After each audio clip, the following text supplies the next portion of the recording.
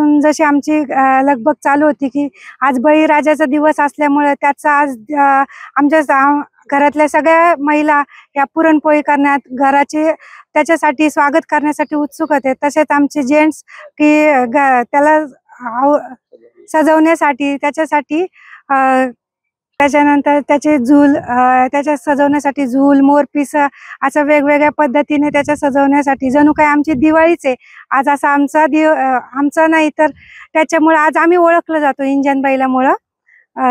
आज संपूर्ण मावळ तालुक्यात आज इंजन बैलामुळेच आमचं नाव आहे। खरं तर शेतकऱ्याचं नाव हे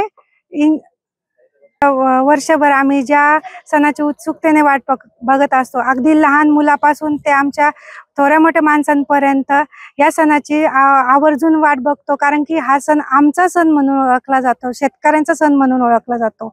त्याची कृतज्ञता व्यक्त करण्यासाठी शेतकऱ्यांनी ह्या दिवशी आम्ही पुरणपोळीचा स्वयंपाक करतो। त्याच्या सजावटीच्या स्वागतीसाठी आम्ही उत्सुक असतो। कशा पद्धतीने आज पोळा साजरा केला? आज बैलपोळा आहे। आज बैलपोळ्यासाठी आपण वर्षभर वाट बघत असतो या सणाची। आणि आज सकाळपासून सगळेच जण लवकर पहाटे उठलेले, 5 वाजेपासून सगळी घरात लगबग सुरू होती। आमचे पुरुष मंडळी सकाळीच गोठ्यावर गेले होते। सर्व बैलांना गरम पाण्याने आंघोळ घालण्यात आली, त्यांना सजवण्यात आलं, त्यांचे शिंग रंगवण्यात आले, झूल वगैरे त्यांना चांगल्या प्रकारे सजवलं।